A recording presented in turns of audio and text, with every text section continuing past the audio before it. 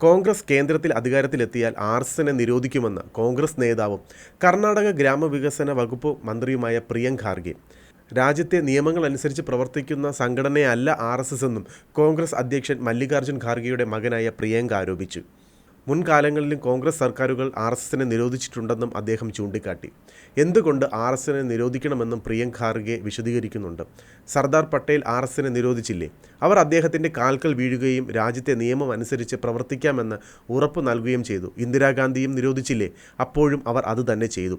അവർ നിയമത്തെ അനുസരിക്കുന്നവരാണെന്ന് നടിക്കുക മാത്രമാണ് ചെയ്യുക. 250 കോടി രൂപയുടെ ഫണ്ടിൻ്റെ സ്രോതസ് എന്താണ്? ഇക്കാര്യങ്ങളെല്ലാം അന്വേഷിക്കണമെന്ന് പ്രിയങ്ക് ഖാർഗെ പറഞ്ഞു. നിയമനിർമ്മാണ സഭയുടെ ജോലി നിയമമുണ്ടാക്കുക എന്നതാണ്. ആവശ്യമായ നിയമം ഞങ്ങൾ കൊണ്ടുവരും. പക്ഷേ തനിക്ക് ഭരണഘടനയ്ക്ക് അപ്പുറത്തൊന്നും ചെയ്യാൻ കഴിയില്ലെന്നും പ്രിയങ്ക് ഖാർഗെ പറഞ്ഞു. ദിവസങ്ങൾക്ക് മുൻപും പ്രിയങ്ക് ഖാർഗെ സമൂഹ മാധ്യമത്തിലൂടെ ആർഎസ്എസിനെതിരെ രംഗത്തെത്തിയിരുന്നു. ഇന്ത്യൻ സ്വാതന്ത്ര്യത്തിന് വേണ്ടി നടന്ന ഉപ്പു സത്യാഗ്രഹത്തിലോ ക്വിറ്റ് ഇന്ത്യൻ പ്രസ്ഥാനത്തിലോ മറ്റേതെങ്കിലും ജനകീയ മുന്നേറ്റങ്ങളിലൊന്നും തന്നെ ഇടപെട്ട സംഘടനയല്ല ആർഎസ്എസ് എന്നും പ്രിയങ്ക് ഖാർഗെ എക്സിൽ കുറിച്ചിരുന്നു. സ്വാതന്ത്ര്യലബ്ധിയുടെ തലേന്ന് ത്രിവർണ്ണ പതാകയെ മഹാത്മാഗാന്ധിയുടെ കൊലപാതകത്തിന് പിന്നാലെ മധുരപലഹാരം വിതരണം ചെയ്തു.